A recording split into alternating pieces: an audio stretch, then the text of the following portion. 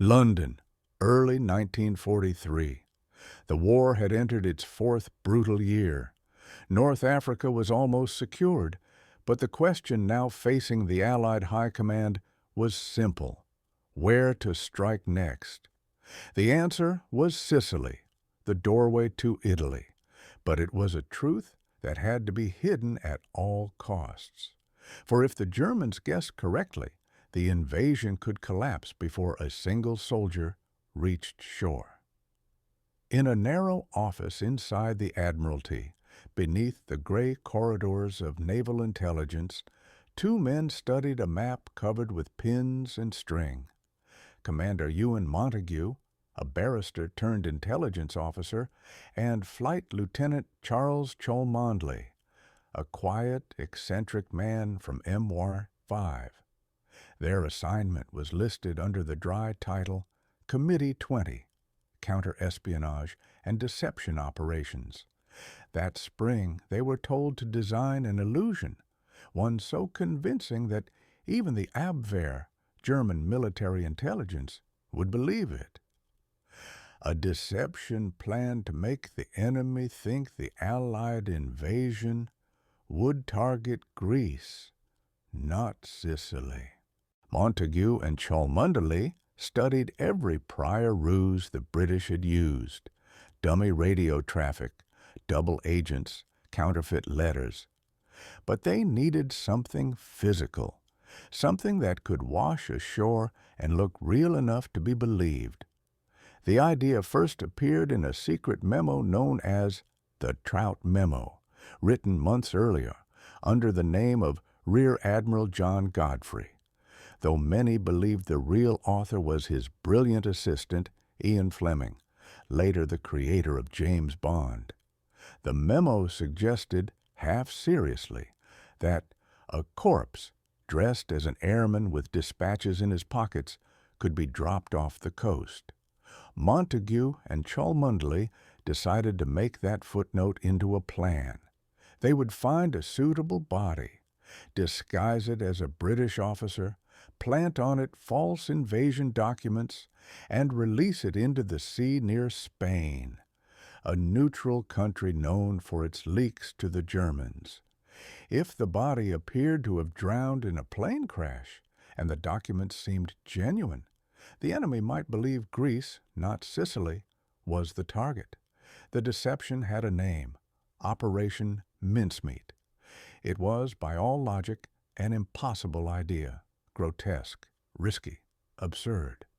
Yet in that winter of the war, when logic had long since drowned in the Thames with so many other hopes, impossible ideas were often the ones that worked. By February, approval came from the highest levels of British intelligence. The operation's code name was entered into the ledgers of Section 17M, and Montague was authorized to proceed. All that remained was to find their officer, a man who had never lived, but who would, before long, change the course of the war. Finding the right body was the most difficult part. It had to look like a man who had drowned after an aircraft crash, not shot, not injured, not decomposed. It needed to fool doctors, coroners, and intelligence officers alike. Above all, it needed to exist long enough to be believed, and then vanish into history. Weeks passed before the pathologist Sir Bernard Spilsbury located a possibility: a 30-something Welshman named Glyndwr Michael, recently deceased in London. He had died after consuming rat poison, a tragic accident born of hunger and despair. His lungs, though, bore no visible trauma. They could, with careful preparation, pass for those of a man who had drowned. Permission for use of the body came from the coroner, under strict secrecy. Only a handful of people ever knew the name Glyndwr Michael. To the rest of the world, he would soon become Major William Martin, Royal Marines, Service Number 14828. Montague and Cholmondeley built the life of this fictional officer piece by piece. They called it the wallet litter, the personal details that made a man real. A photograph of a sweetheart named Pam, receipts from a London jeweler, a theater ticket stub dated April 1943, letters written in affectionate, ordinary language. Every item was handmade. A secretary from MY5 posed for the photograph of Pam. The letters were written in blue ink, then folded, unfolded, and refolded until the creases looked natural. Cigarette butts and used train tickets completed the illusion. Next came the uniform. The body was dressed in a Royal Marines battle dress, complete with identification discs and sidearm holster. Into his briefcase they placed the most critical items: a personal letter from Lieutenant General Sir Archibald Nye, Vice Chief of the Imperial General Staff, addressed to General Harold Alexander in North Africa. It mentioned, with deliberate clarity, operations planned for Greece and Sardinia, the heart of the deception. To make the documents more convincing, genuine signatures were used. The handwriting, the tone, even the stationery, all authentic, obtained from real offices under official cover. When everything was ready, the body was stored in a sealed metal canister packed with dry ice, labeled "Handle with care, optical instruments." Few in the morgue understood its true cargo. By April, conditions in Spain's coastal waters were ideal. Submarine HMS Seraph would carry the body south and release it into the current near Huelva, where the tide would carry it to shore, and into the hands of German agents watching Spain's coastline. The deception had become physical. The man once called Glinder Michael was now Major William Martin, complete with life, love, and death. On the evening of April 17, 1943, the canister was sealed for the last time. Inside lay a man who had died alone in London, now chosen to walk once more into history as the body that would deceive Hitler himself. At dawn on April 19, 1943, the submarine HMS Seraph, commanded by Lieutenant Commander Bill Jewell, slipped quietly from the Scottish coast. On board, 25 men, orders sealed, and a single canister marked "Top Secret, Mincemeat." Most of the crew had no idea what it contained. Jewell himself carried written instructions to be opened only once they cleared British waters. When the envelope was opened, the crew learned only this: the vessel would proceed to a point off the southern coast of Spain, near the city of Huelva, and there carry out a special operation. Nothing was to be said or recorded in the ship's log beyond coordinates. For 7 days the submarine traveled submerged by day, surfacing at night to recharge batteries. The Bay of Biscay was still dangerous. German aircraft and patrol craft prowled the surface, but the Seraph remained unseen, hugging the deep water routes used by Allied couriers.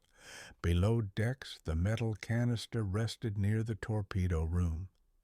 Dry ice hissed softly from its vents, keeping the temperature low enough to preserve the illusion of a body recently drowned. Each watch officer recorded the internal pressure. Each knew better than to ask why. On April 30th, shortly before dawn, HMS Seraph reached the coordinates. The crew rose silently to periscope depth. The weather was calm. Low swell, overcast sky, faint glow from the Andalusian coast 10 miles away. Commander Jewell ordered the submarine to surface. The canister was brought topside and opened. Cold vapor spilled across the deck as the lid came free, revealing the figure of the man now known to history as Major William Martin. Montague and Cholmondeley had prepared detailed instructions for this moment. The body was to be released wearing a life jacket, briefcase secured by chain to the wrist, face turned downward as though fallen from an aircraft. A small flare pistol cartridge was placed in a pocket, standard issue for downed flyers.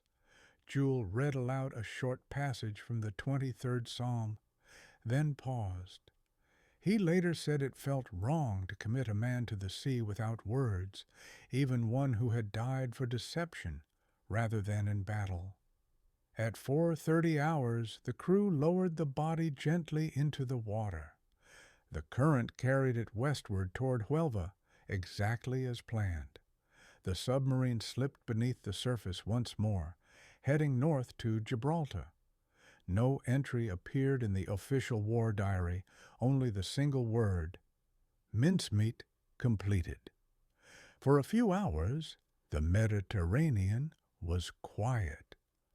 Then the tide began its slow delivery toward the Spanish coast, carrying with it a man who had never lived, and a secret meant for the enemy's eyes alone. At dawn on May 1st, 1943, fishermen working the waters west of Huelva noticed something drifting among the weed and foam. A body, in uniform, face down, carried gently by the tide. When they pulled it toward their boat, the life jacket and chain-secured briefcase made the discovery seem unmistakably military. They towed it to shore and informed the local civil authorities. By mid-morning, the corpse lay in the small morgue of Huelva's provincial hospital. The duty coroner, Dr. Eduardo del Toro, examined the body and noted water in the lungs, a strong smell of decay, and uniform insignia identifying Major William Martin, Royal Marines. In the man's pockets were standard service papers, a few coins, keys, a used bus ticket, and a photograph of a woman. The British vice-consul in Huelva, Francis Hosselden, was informed within hours. He understood instantly the importance of what had arrived on the tide. Maintaining an air of formality, he requested that Spanish authorities recover the briefcase for return to His Majesty's government. Spain was officially neutral but quietly cooperative with German intelligence, particularly through the Abwehr officer stationed in Madrid, Adolf Clausen. News of the find reached him almost immediately. Within a day, German agents were on their way south from Madrid to observe. Hosselden reported every development to London by coded telegram. His first message began simply, "Body of British officer recovered near Huelva carrying confidential papers. Spanish authorities in possession." In Whitehall, the signal was read with contained urgency. The deception had entered its most dangerous phase. The British understood Spain's delicate position. Officially, Madrid could not hand intelligence material directly to Berlin, but leaks happened constantly. Montague and Cholmondeley hoped precisely for that leak. The Germans must see the documents, but Britain must appear desperate to retrieve them. Instructions were sent to Hazelden to make a show of protest, formal letters, requests, and concern, but never to press so hard that the case was closed too quickly. The play had to feel natural, every gesture plausible. On May 2nd, the briefcase was opened by Spanish naval officers in the presence of witnesses. The documents were described, sealed again, and forwarded to Madrid for diplomatic handling. Somewhere along that route, Abwehr agents photographed each page. For German intelligence, the find seemed genuine beyond question. The uniform was correct, the paperwork thorough, and even the coroner's report supported death by drowning. Within 48 hours, copies of the photographs were on a plane to Berlin. In London, Montague received word that the bait had been taken. The man called Major William Martin had reached his audience. Within days, the photographed documents from Huelva reached Abwehr headquarters in Madrid. The local station chief, Adolf Clausen, examined them carefully. The quality of the paper, the tone of the letters, even the worn creases on the envelopes, all perfectly plausible. To him, this was no invention. He telegraphed Berlin, marking the find as highly significant. Copies were flown to the Abwehr's Section 3 for detailed analysis. To the men who handled such files daily, the correspondence between generals looked exactly as it should, official, routine, and above all, believable. By early May 1943, the material lay on the desk of Admiral Wilhelm Canaris, head of the German Military Intelligence Service. His analysts presented a summary. The Allies, it seemed, planned to invade Greece and Sardinia as the next phase of their Mediterranean campaign. Sicily, according to these documents, would merely serve as a diversion. The deception had worked perfectly.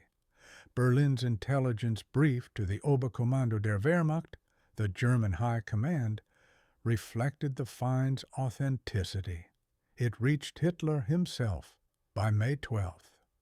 The Führer was immediately convinced. He ordered Panzer Division shifted to Greece and reinforcements to Sardinia, calling Sicily's defense a secondary concern. Meanwhile, in London, Montague and Cholmondeley could only wait. They knew nothing for certain, only that Spanish officials were slow to return the briefcase and that Haselden's reports described considerable German interest. Finally, the Spanish government returned the documents through diplomatic channels. British experts examined the seals under microscope. They had been opened, photographed, and resealed with skill, but not perfection. The wax showed faint fractures, the paper slight creases. To the trained eye, it was confirmation that the Germans had taken the bait. Montague's report to the Admiralty was concise. Material appears to have been tampered with by foreign hands. Objective achieved. Still, the true measure of success would come only weeks later, on the shores of Sicily. For now the man called Major William Martin had fulfilled his purpose. His body lay buried with full military honors in the Nuestra Senora Cemetery of Huelva, his headstone marked, "Of the Royal Marines." Few in the town knew they were looking at the centerpiece of one of the war's greatest illusions. In the first days of June 1943, the German High Command began to act on the intelligence obtained from Huelva. Hitler's handwritten directives ordered reinforcements to be sent to Greece and Sardinia, described as the most probable targets for the enemy's next assault. Divisions were transferred from France and the Balkans. Anti-aircraft batteries and minefields were strengthened in the Aegean. Sicily, the real target, was downgraded in priority. Field Marshal Erwin Rommel, who had returned from North Africa, was sent to Greece to prepare for the supposed Allied landing there. The illusion created in London had rippled across the continent. The Abwehr considered the Huelva discovery one of its greatest intelligence successes. The falsified Major Martin documents were cited repeatedly in Berlin briefings as proof of Allied intentions. By July 9, 1943, the deception's consequences became visible in reality. Across the Mediterranean, Operation Husky, the Allied invasion of Sicily, began. Over 3,000 ships, 150,000 men, and 4,000 aircraft launched the assault under cover of storm and darkness. The German command in southern Italy was caught unprepared. Reserve forces that might have reinforced Sicily were hundreds of miles away, positioned in Greece and Sardinia, exactly where Major Martin's false papers had predicted the attack. Allied casualties during the landings were far lower than expected. Within 6 weeks, Sicily had fallen. The road into Europe was open. In London, word of the success reached the small team who had conceived the plan months earlier. Montague, Cholmondeley, and their colleagues in naval intelligence read the decrypted German cables that confirmed the deception's effect. The cables mentioned the Huelva document specifically. Montague wrote later, "The body played its part well." The plan that had begun with a dead man in a London morgue had changed the balance of the Mediterranean War. It had deceived not only the Abwehr, but Hitler himself. And yet, the man who made it all possible, the one called Major William Martin, remained buried under the Spanish soil, his name still listed among the fallen. By the war's end in 1945, the file marked Operation Mincemeat was locked away inside the Admiralty's intelligence archives. Its success had been total, but its details were known only to a few. Even among officers of the Royal Navy, the story of Major William Martin was little more than a whispered rumor. For years afterward, secrecy laws prevented any mention of the operation. The documents, photographs, and correspondence remained classified under the Official Secrets Act. It was not until 1953, a full decade later, that fragments of the story reached the public. That year, Ewan Montague, the officer who had helped devise the plan, published his account under the title, "The Man Who Never Was." For the first time, the world learned how a single body, dressed, named, and armed with false papers, had changed the course of the war. The book's success was immediate. Newspapers printed serialized excerpts, and in 1956 a feature film followed, dramatizing the story for audiences who could scarcely believe such a deception had been real. Yet Montague's account, though truthful in its outline, left one question unanswered. Who had the body truly belonged to? Wartime security had required that identity to remain secret. Even the grave in Huelva still bore the name Major William Martin, Royal Marines. It was not until 1996, when the British government declassified additional files, that researchers finally confirmed the truth. The man behind the legend was Glyndwr Michael, a homeless Welsh laborer who had died in London in January 1943 after accidentally ingesting rat poison.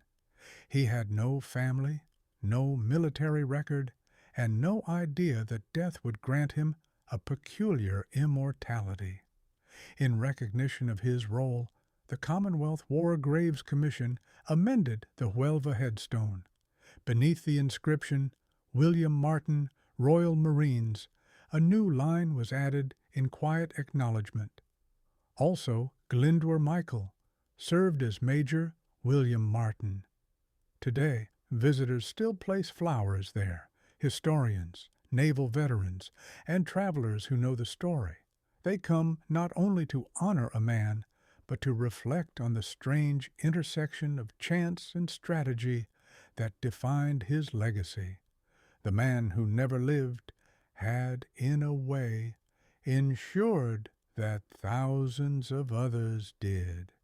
Decades after the war, when the final documents of Operation Mincemeat were declassified, Historians began to trace how deeply this single deception had influenced modern intelligence. It was no longer just a wartime curiosity. It had become a case study in psychological warfare. From the corridors of the Admiralty to the files of newly founded intelligence agencies, Mincemeat was remembered as proof that belief could be a weapon more powerful than any bomb. Every operation that followed, disinformation during the Cold War, false signals in Korea, decoy movements during the Gulf conflicts, owed something to the logic first tested with a dead man in 1943. The principles were deceptively simple. Make the story believable, make the details mundane, and let human curiosity do the rest. In retrospect, the genius of Mincemeat lay not in the documents or disguises, but in understanding how people read truth into what they expect to find. Even within Germany, long after defeat, surviving officers spoke of the operation with reluctant admiration. They had been shown exactly what they wanted to see, a plan that matched their own strategic fears. In the language of intelligence, it was called confirmation bias. In the quiet vocabulary of history, it was simply human nature. For Montague and Cholmondeley, the men behind the ruse, life returned to ordinary rhythm. They never saw each other often again. Montague went back to law, Cholmondeley to quiet intelligence work. Neither could ever have imagined that their strange idea, born from a single paragraph in a memo, would outlive them both. The story of Operation Mincemeat endures not because it was clever, but because it was human. It was a story of ingenuity under pressure, of a war fought not only with weapons, but with imagination. And at its center was a man who never knew he played a part, the silent figure who carried a nation's hopes into the sea. His mission ended on that Spanish shore, but the echo of it never quite stopped. It remains a reminder that even in war, truth and illusion walk side by side, and sometimes it is the illusion that saves the living. Every deception leaves its paper trail. In the decades that followed the war, the files marked Mincemeat passed silently between secure vaults, sealed by red wax and time. Archivists labeled them, transferred them, and sometimes forgot them entirely. They waited through changing governments, new conflicts, and the slow fading of living memory. It was only in 1996, when the secrecy order expired, that the boxes were finally opened to the public. Inside were the letters, the photographs, and the faint smell of preserved paper that always lingers in long-closed archives. For historians, the first sight of those documents was almost intimate, handwriting still clear, the creases where Montague had folded the letters by hand before sealing them in the briefcase. The language was cautious, bureaucratic, but within it lived the human pulse of fear and hope. Each comma and signature had once been weighed for its power to deceive. Among the recovered material was the internal Admiralty memorandum authorizing the plan. The ink had faded, but one line remained sharp. Objective: to mislead the enemy as to the site of our next operations. No flourish, no commentary. Just the stark confidence of men who believed detail could win battles. When the public read the story in its complete form, many called it macabre, others genius. The ethics of using a human body for deception were debated, yet even the critics conceded that few wartime acts had saved as many lives through imagination alone. In the end, the archives did not glorify the trick. They preserved its quiet precision. Operation Mincemeat was not spectacle. It was paperwork, craft, and the disciplined understanding of human behavior. It showed that victory often begins not in battle, but in thought. The legacy of Operation Mincemeat did not end with the war. In the years that followed, as the Cold War began to divide Europe, new generations of intelligence officers studied the deception as a model.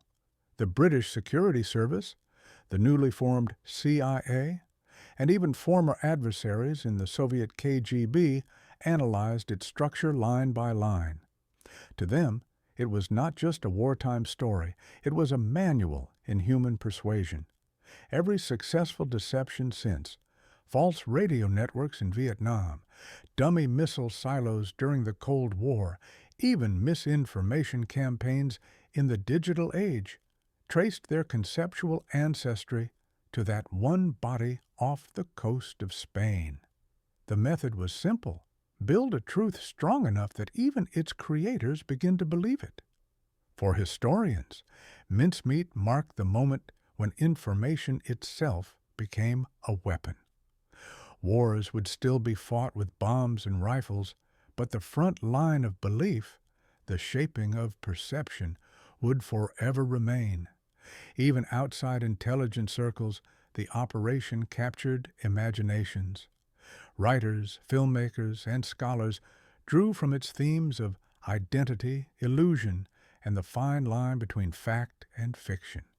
Its influence could be seen in Cold War novels, in propaganda design, even in modern digital disinformation strategies. Each new form of deception owed a silent debt to a dead man in a Royal Marines uniform.